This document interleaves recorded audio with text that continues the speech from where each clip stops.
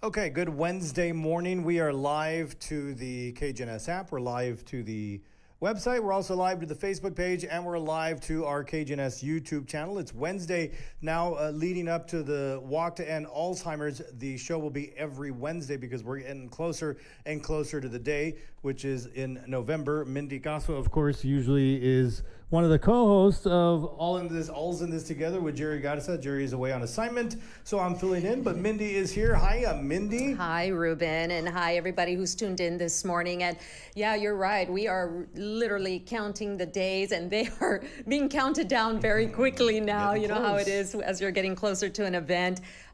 Just the days seem to be going very fast. So we're excited about that because we're going to talk a little bit about that towards the latter part of this morning's podcast, so we can let everybody know how we're doing in the organization and in the fundraising for the walk. But we're really excited because as we bring you these podcasts every Wednesday, like you mentioned, Ruben, until we hit the walk on November the 4th. We're gonna do something a little bit different. We're gonna talk to folks who represent the different colors of the Alzheimer's flowers, and of course, every color signifies or represents a different person on the journey of Alzheimer's. So we have caregivers, we've got Alzheimer's patients, we've got someone who's lost a loved one to Alzheimer's. So today we're going to start off and kick off our flower series, so to speak, and we're going to talk today about the caregiver's journey, and that is represented by a yellow flower. Okay. So we're excited to have a guest with us today, and the guest with us today is someone who's been really active with the Alzheimer's Association here in town, and also the caregiver of an Alzheimer's patient, and that person with us is Ms. DeeDee Diaz. We're also going to be joined, though, on Zoom by none other than Ms. PB, who's going to be giving us the very latest information on how we're doing with the walk. Okie doke. Yeah. All right. Well, welcome, DeeDee. Thank you for being here, and welcome, PB. Good to see you. And Mindy, I'll let you start the questioning with Ms. Diaz here. Okay, well, first of all, DeeDee, we're so happy to have you with us, and you actually have a couple of different hats that you wear. Yes. You've been a member of the Alzheimer's Association for quite some time already, and you're also part of the Impact Movement. And I want to explain to our viewers what the Impact Movement is, and then, of course, I want to talk about what your journey's been like as a caregiver of an Alzheimer's patient. So let's talk a little bit first about the Impact Movement, because we've been hearing a lot about that lately, and I'd love for everybody to understand what that means. The Alzheimer's Impact Movement, AIM, is an organization that brings people from across the nation who do advocacy. Basically, we'll go to Washington, D.C. to meet with our congressmen, even our local congressmen here, and our senators, if we need a bill passed, that kind of thing, in support, like if we need more funding for the FDA for research, if we need help with, like recently in Texas, we went to the Capitol in Austin as well to do some advocacy, and we got extra funding for Alzheimer's research and caregivers and things like that. So it would increase from, I think it was $5 million in the biennium to $10 million, so it doubled. We're hoping to get even more than that in the future, but for now, it's a win. And then we also got funding, more help. Actually, it wasn't funding, it's now there's training required by officers, police officers, people in that, and also in caregiver centers, like memory care centers, nursing homes, and things like that. There's required hours of training that the staff have to go through. Okay. So that's been a big plus. So, I mean, it's really just trying to raise awareness locally, in the state, nationally for this, and so that we can get support financially and basically be the voice for not only all the Alzheimer's patients, but all the caregivers and the family members who need just as much help. That along with, of course, the patients themselves. Absolutely. So, if somebody wants to be part of the advocacy group, is there space for more? Yes, absolutely. If you're interested, there's a website. It's AIM, I think it's a .org website, but you can look it up, Google it, and you can sign up online. to be an advocate. Okay, Yes. perfect. And I think I'm hearing from PV that yes, it is an org website, PV.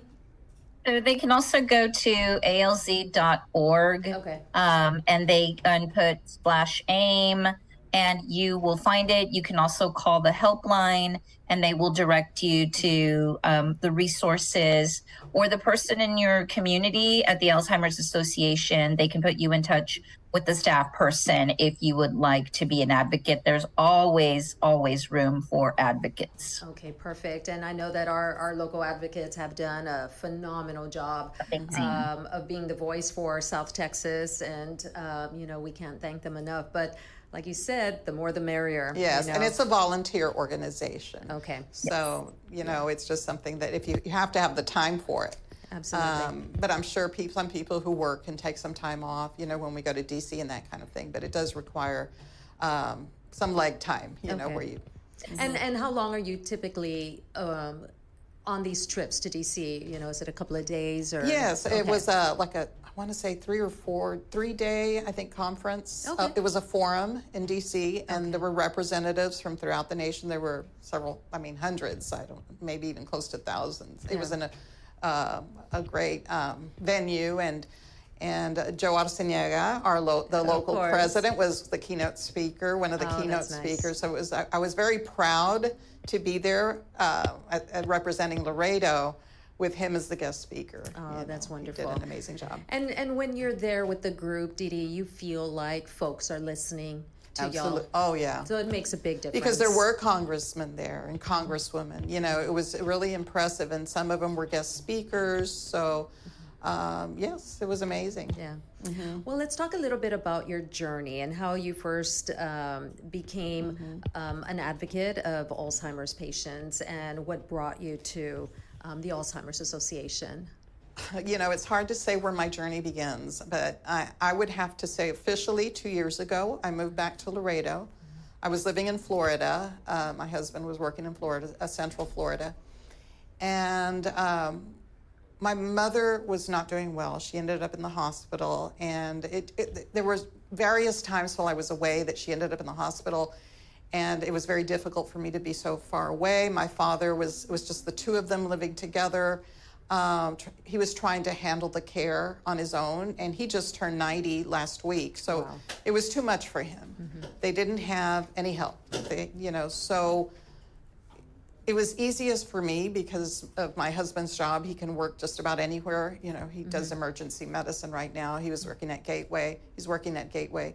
Anyway, so the move seemed logical. I don't work. So I know my family needed the help. Everyone else works. They have busy schedules. I'm pretty much the only daughter that could step in and help out. Help as a caregiver. Exactly. Okay, so this was a couple of years ago. So you and Dr. Diaz, your Yes. husband, I remember when y'all moved back to Laredo. Right. Lots of people were excited because your husband, well known and a very well liked and respected physician in town. So you basically came back to be the caregiver. Right. And at that time when you all made that decision, DeeDee, had she already been diagnosed with Alzheimer's? Well, she had, and that's another reason we came back, is that she had some testing during that time period, maybe a year before we moved back, several months. And she had seen a neurologist who had done some imaging and found some tangles in her brain, some plaques. And he said that, yes, and I think they went in the first week because she was forgetting things. And so she was concerned with that, and they ran the tests, and that's what came out. So with this kind of a condition, it progresses. I mean, it's right now there's no cure for it. So there are things that'll slow it down. She was probably in the intermediate stage at that point, and because she was forgetting things very frequently, or maybe even a mild case. But by the time I got here, she was already much more advanced. She was having trouble walking, forgetting a lot of things, a little bit more ornery, not wanting, to take a shower, normal things, which was not like her. She was always looked, if you had known my mom, she always was dressed to the nines. She and my dad were a very impressive couple. They would walk into her room and they'd be noticed because of her appearance. She had great posture and she was very articulate, so it was strange to see her personality just started changing. Right. So How were you all able to get her diagnosed, and how do you tell somebody who you love and who you describe as being, so elegant, how do you get her to understand that this could be happening and you need to go in to get some tests done? Because I would imagine that's very hard to do. It was, and I don't think my father and she ever had the conversation. When she would go to doctor's appointments, it was just the two of them. He wanted to go in by himself, just with her. And the thing is, even as her dementia started advancing and she was still walking, she'd go in to see the doctor and she would sound like her normal self. And engage in conversation. The doctor would ask, how are you doing? And she said, great, and of course he had no clue that she had dementia. Because she just didn't have those symptoms at that time. She had symptoms. But not in front of the doctor. Right. She put on this, it was just something else came alive in her and you wouldn't tell. Wow. You couldn't tell. And my father wasn't going to say anything. And I thought somebody needs to get the doctor and talk to him outside in the hall. Yeah. Well, I never went to the appointment. To others who might be at this stage of where you were at that time, how to handle that beginning stage, because it's I feel very doctors difficult. need more training. My husband, who's a family physician, even said, we don't have enough training to recognize Alzheimer's. You know what I'm saying? So even the doctors need training. Right. In that. They don't have that. I mean, there's geriatric doctors that perhaps, and we had a guest speaker recently at the Caregivers conference we had a few weeks back, who gave us all the signs. She was amazing. She came from San Antonio, the UT Health Science Center. I can't remember the name of the doctor. I don't know if you can remember, Peavy, but she was impressive. She gave us so much valuable information. And I feel, why don't all the doctors have, and they may know it, but to spot it, to be able to look in a patient's eyes and see that something is not quite the same. Yeah, it's not clicking there. It's not clicking. Right. So at that point, I do want to acknowledge something that you said right now that I think is important for family members to do.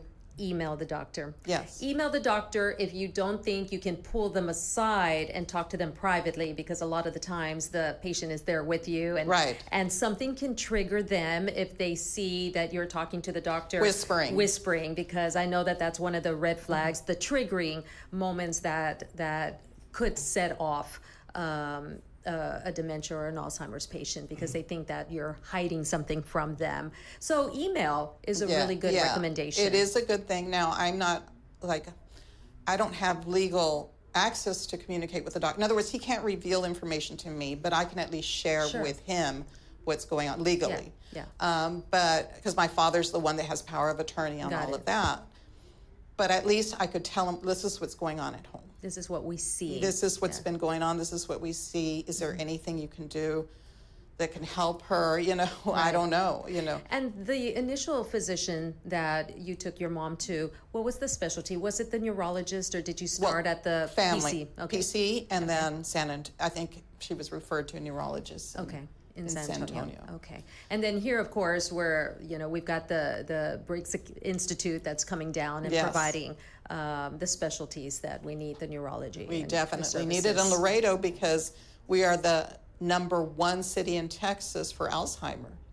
I think tied with El Paso. I don't know if we're tied or we're we're up there. We're up there or in the top 3. I know that it's pretty serious, the number of cases we have in Laredo alone. Well, for anybody out there who is wondering where to turn to because of the lack of neurology that we have here in town, or at least I think we might have maybe 1 or 2, I think maybe 2.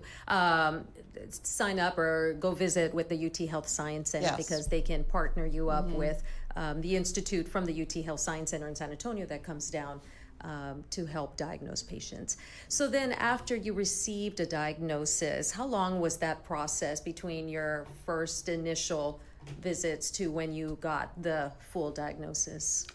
I don't know that she has ever really gotten the full diagnosis. We kind of full diagnosed her ourselves, but no one ever said she has Alzheimer's. My husband recognized it because they live with us. Okay. So, we know it, and everybody kind of knew it because she was not behaving her normal self. Right. And now she's at a point, she ended up in the hospital a few months back, and now she's bedridden. So she's forgotten to walk. I don't know, the brain is not communicating to the legs, so she doesn't walk at all. She was walking with a walker before she went into the hospital, and she came out not walking. And she went in for a UTI, which is normal with elderly who are immobile. She would sit most of the day. So, you know, now she's not walking. Yeah. So, and that's the problem with, I mean, it's sad because that's how the disease progresses. And it seems like it's progressed so quickly. You know, I just see a rapid progression now. But I still go in, I'll say, good morning, Mom, and she's happy, she's chipper, she doesn't realize she's bedridden. Right, right. We had my daddy's 90th birthday party for him, and we had a mariachi band in, and we couldn't even put her in a wheelchair, but we rolled her bed to a window where the mariachi band was playing, and she was dancing. She pulled off the covers like she wanted to get off to dance. Wow. Well, she can't. Yeah. But she had a ball, and she came to life, and for a brief moment, it was precious to see both she and my father dancing on the side of the bed, and it was just a beautiful, everybody was in tears. Yeah. It moved us all. Yeah, wow. So this is all progressed over 2 years, Yes. as we mentioned. Is there anything that you know now that you wish you would have known then, or maybe done a little differently, just based on what you know now? Right. Well, okay, I think the first thing I should have done, and I wish I'd known about, is support groups. That there is a support group for Alzheimer's. Because when I first got here, I was desperate. I didn't know anything about it. I was a nervous wreck. I had never dealt with patients. You know, I was a teacher, you know, before. So I dealt with my children, and my mother started acting like a child. It was just so much. It was overwhelmed. Right. So support groups, you know, Maxine comes in from the Valley now also, and has caregivers type of a workshop once the first Tuesday of every month, I believe, and that's also very informative. I wish I had known about that. Fortunately, Joe Arciniega reached out to me. And I'm glad he reached out to me when he did, because I was at my wit's end, and I didn't know where to go. I didn't know about hospice care. I didn't know what help to get from my mother. None of us knew, you know, but since I was living with it on a day-to-day, and at that time I was a total caregiver, me and my dad, well, he, you know, it was hard. Yeah. So what I would do differently, I don't know. I mean, definitely the support groups. The support. How has let's talk a little bit about the support groups. How has that been able to change how you care for your mom, your perspective on Alzheimer's? How has that been? Well, to be perfectly beneficial? honest, I haven't really participated. I've gone to Maxine's classes, which have given me good information, but I haven't. But I feel like if I had that, and now I feel like I know enough about it, just learning it through being involved with the Alzheimer's Association, I've learned a lot on my own. And that jumping into that was good, you know.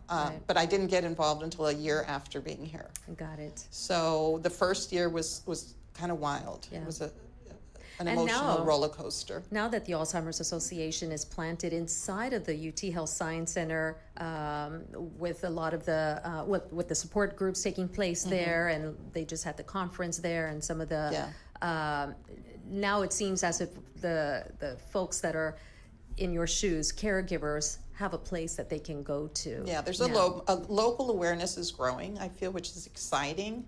You know, seeing the turnouts to these events. We're even getting healthcare agencies, home health, and hospice care agencies coming to our conferences, so they're becoming aware of what's going on. They're seeing the statistics. You know, it's exciting. And also that our congressman supports it. Henry Guerra's, helped us with bills and things. So it's been exciting, you know. From 2 years ago to now, it seems as the movement has really grown very quickly. Yes. And we're definitely, the Alzheimer's Association has definitely become a presence in the community. Yes. Yeah. Well, and on that note, I want to bring PV into the conversation so we can talk a little bit about where we are, PV. Speaking of being a presence in the community, we've had such a phenomenal outpouring of support for this year's Alzheimer's walk, which is coming up on November the 4th. Let's talk a little bit about some of the sponsors who have come forward. You know, we're really excited about all of the sponsors that are supporting us this year. We had a conversation with the staff, and I made a joke about all of our logos not fitting on the t-shirt. And they said, well, how many sponsors do you have? And I said, over 25. Wow. So that's 25 logos. And that doesn't include our in-kind sponsors. And so anyway, that was, it's nice to have all that great support, but we have support, of course, from our wonderful friends at KGNS. Thank you for being our media sponsor and for being our chairs and for letting us share our message every week through our podcast. I really think it's just so eye-opening and beneficial to everyone in Laredo and beyond. But IBC Bank is our presenting sponsor. We're so excited and we're so grateful for everything that they are supporting us with. BP Newman as well, returning Webb County commissioners supported us last year. This year, they're supporting us in a much bigger way. We appreciate that. Texas Community Bank, WellMed, Hillside Funerals and Cremations, Staggs Land Company, Friedman Klein Family Foundation is a new sponsor. Siemens is also a new sponsor. The City of Laredo coming back and supporting us again this year. AEP Texas has supported us for many years. Thank you, as has HEB and LNF Distributors, also great supporters. Falcon Bank, Doctors Hospital is a new supporter this year. Laredo Medical Center, UT Health, which is the Biggs Institute, Argindegi Oil, a longtime sponsor. La Roca has sponsored us for a few years now. Las Alturas, Laredo Nursing and Rehab, Champion Care, Cigaroa Clinic, new sponsors. Thank you to them. Our friends at Laredo Rehab Hospital and Laredo Specialty Hospital, they've supported our endeavors all year. Goldie Farms, thank you to them. They're new sponsors. Laredo Hospice as well, a great collaborator with us. Olera is a brand new sponsor. Well Central, another new sponsor. Thank you to Well Central. Altus Hospice has supported us for a few years. We're glad they're back. Laredo Hearing and Balance Solutions, a new sponsor. Our friends at Tammy U, thank you for hosting us every year and for all of their great help throughout this entire year. Aramark, our friends at 107.3 KHGTS, I think that's right. Sammy the House and everyone at 107.3, really wonderful. So we have just such a great list, and then just so many friends and other supporters who are just willing to do whatever they can to open the doors for us. And I always tell people, it isn't who I know, it's who you know.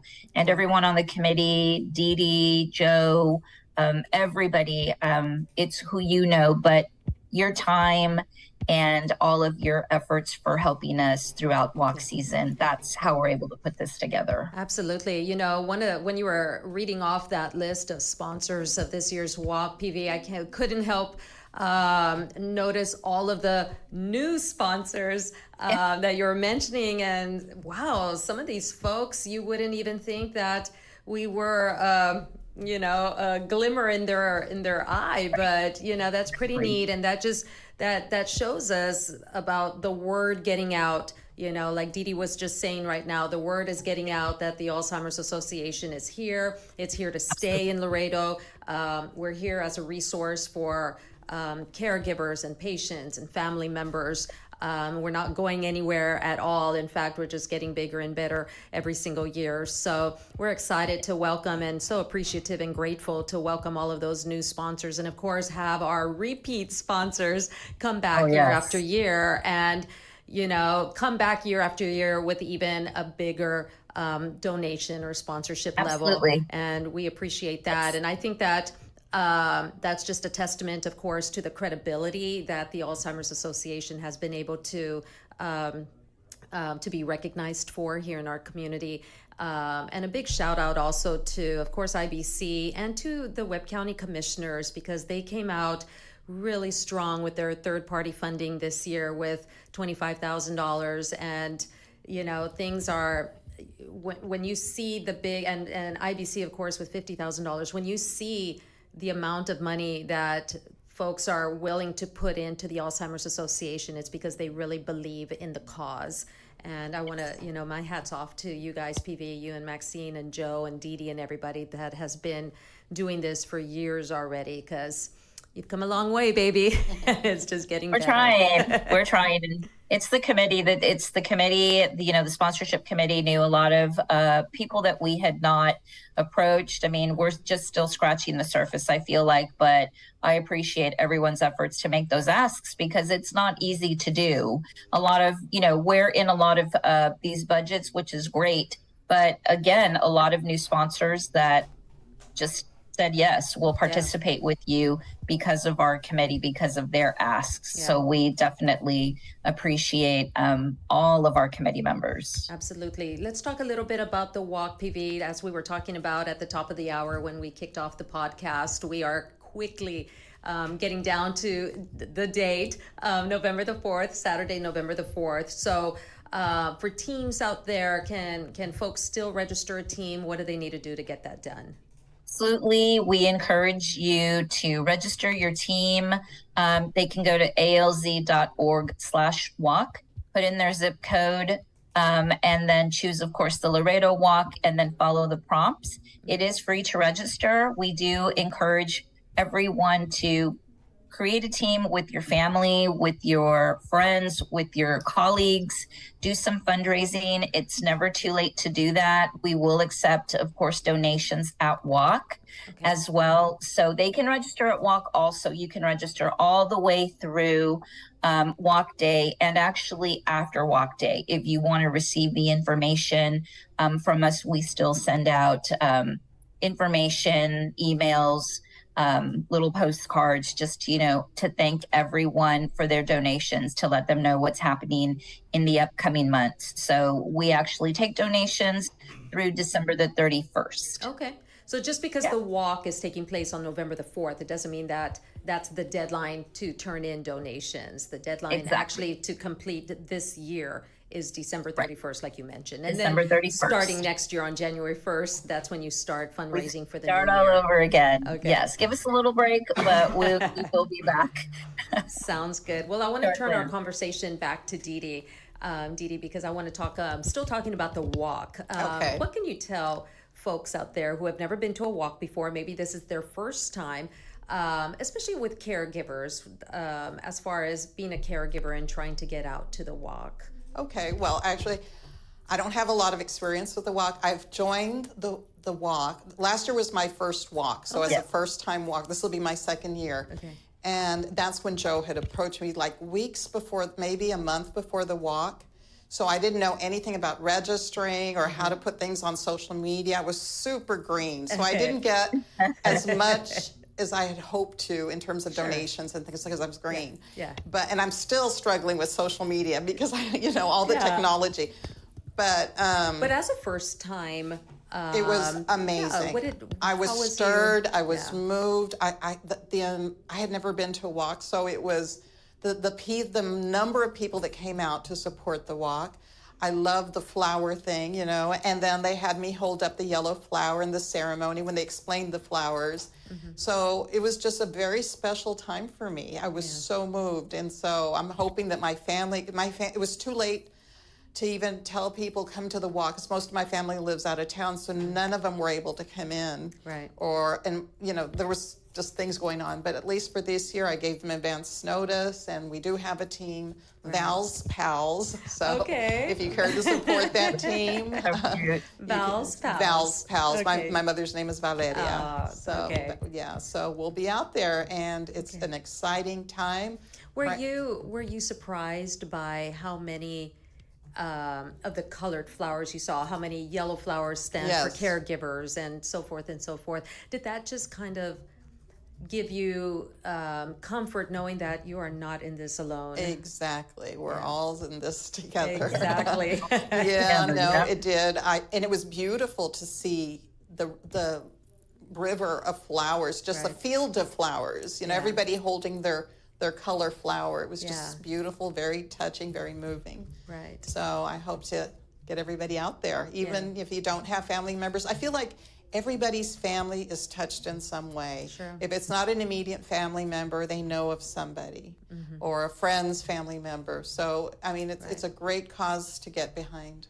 You know, and as sad as it is, it could easily happen to somebody because of the numbers of folks that are being diagnosed with Alzheimer's. So you might not have anybody right now, but you certainly could have somebody in the Exactly. future. And I highly recommend, and DeeDee, I'm sure you do too, to learn what you need to learn about Alzheimer's and dementia now, so that if and when, if you do have somebody who is diagnosed, or you can start or think you recognize the signs or the symptoms, it would be really highly helpful to know a little bit about it, because I think folks that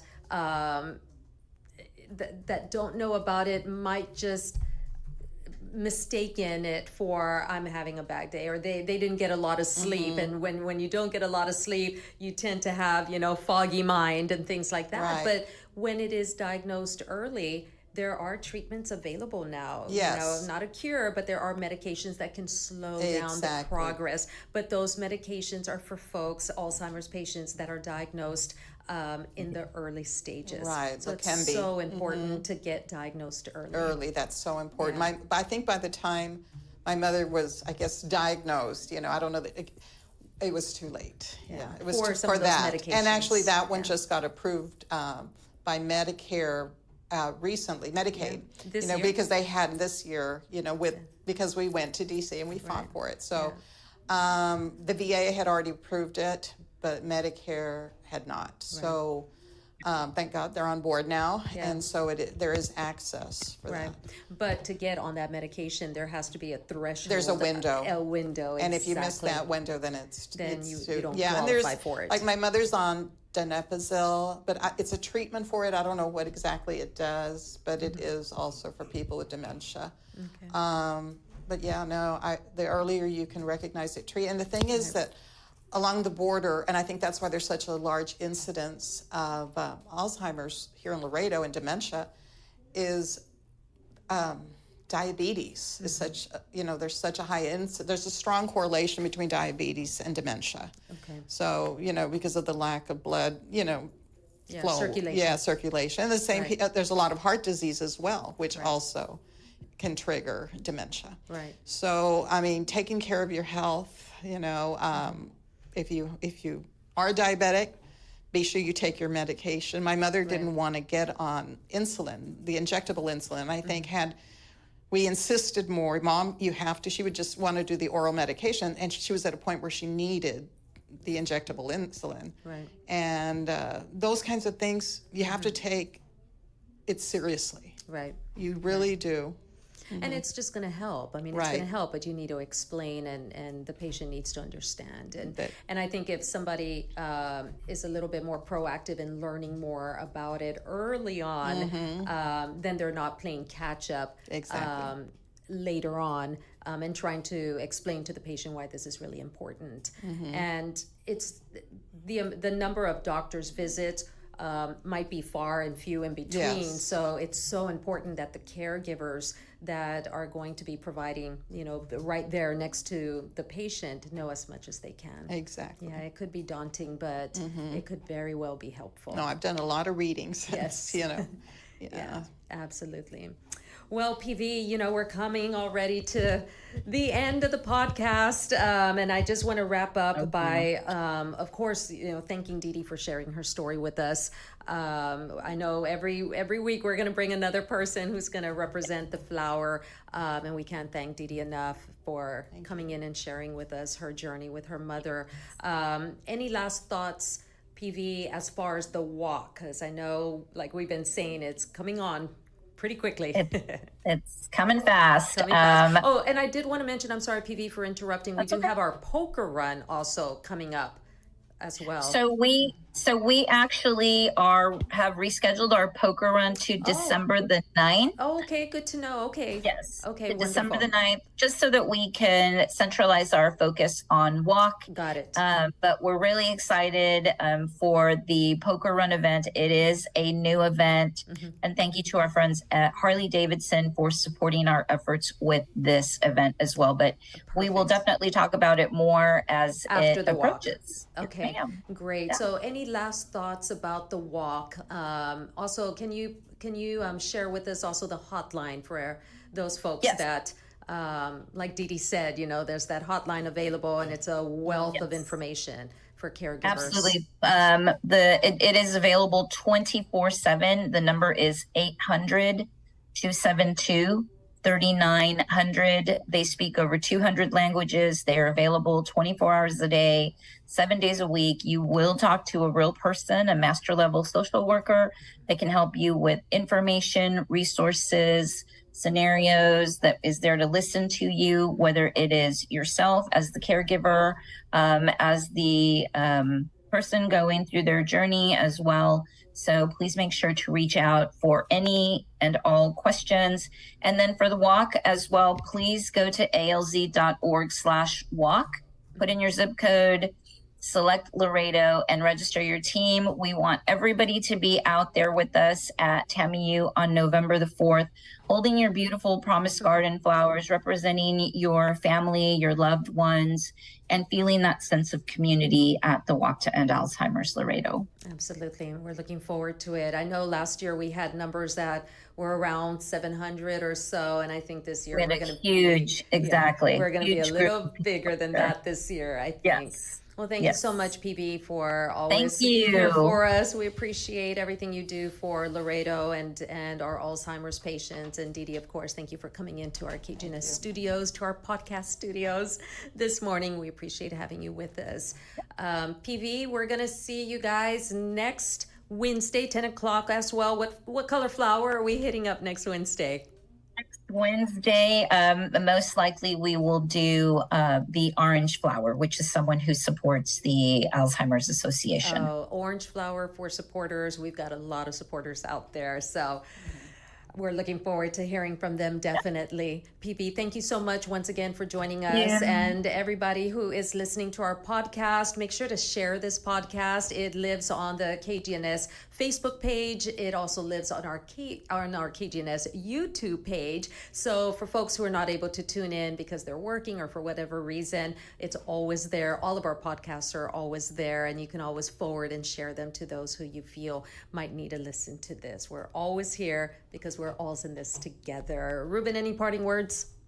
I'm good. You're good? You did it. Good job. Okie doke. Well, thank you so much, everybody, and we will see you next Wednesday at 10 o'clock.